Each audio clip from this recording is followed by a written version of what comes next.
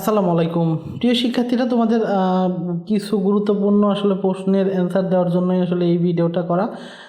তো তার মধ্যে একটা মেইন বিষয় হচ্ছে যে তোমাদের দিবে কবে, রেজাল্ট দিবে কবে ফার্স্ট ওয়েটিং লিস্টে।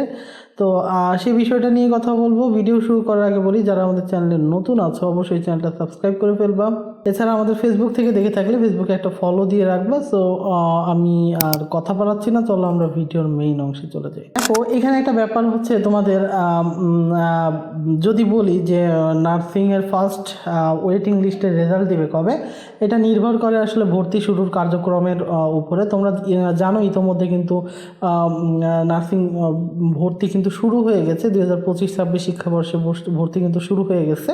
তো এটার জন্য আসলে ভর্তিটা শুরু হয়েছে হচ্ছে আজকে থেকে 5 মার্চ 2026 খ্রিস্টাব্দ আজকে থেকে শুরু হয়েছে, এবং 15ই মার্চ 2026 খ্রিস্টাব্দে আসলে এই ভর্তি পরীক্ষাটা মানে ভর্তি প্রক্রিয়াটা শেষ হয়ে যাবে।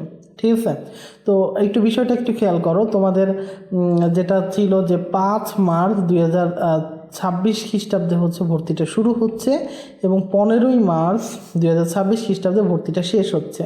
আর একটা ব্যাপার হচ্ছে, দেখো মাইগ্রেশনের যে আবেদন শুরু, এটা কিন্তু অটো মাইগ্রেশন। এই অটো মাইগ্রেশনটা আসলে 5 মার্চ 2026-এই শুরু হচ্ছে, এবং এটাও শেষ হচ্ছে 15ই মার্চ 2026 খ্রিস্টাব্দ। এখন এখানে একটা ব্যাপার হচ্ছে, বেসরকারি নার্সিংয়েরও কিন্তু ভর্তির দরখাস্ত যে 16ই মার্চ দেওয়া আছে।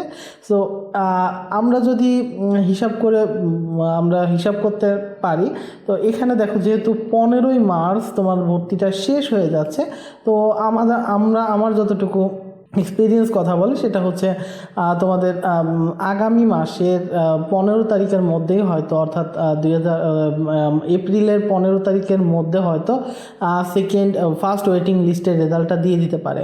সো এটা আমি এক্সপিরিয়েন্স থেকেই বলতেছি যে বিগত বছরগুলোতে যা হয়েছিল।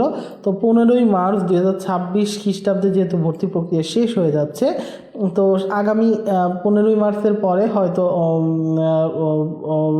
আগামী 15ই এপ্রিলের মধ্যে যে কোনো টাইমে হয়তো এই রেজাল্টটা দিয়ে দিতে পারে। আর একটা ব্যাপার দেখো, ক্লাস শুরু কিন্তু 6 মে।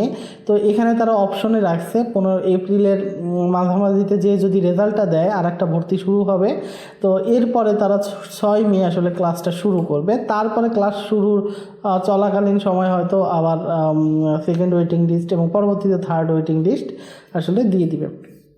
সো আশা করি বিষয়টা বোঝাতে পারছি। তো যারা অনেক টেনশন করতেছো যে ওয়েটিং লিস্টের রেজাল্টটা কবে দিবে, তাদের জন্য আসলে এই ভিডিওটা করা।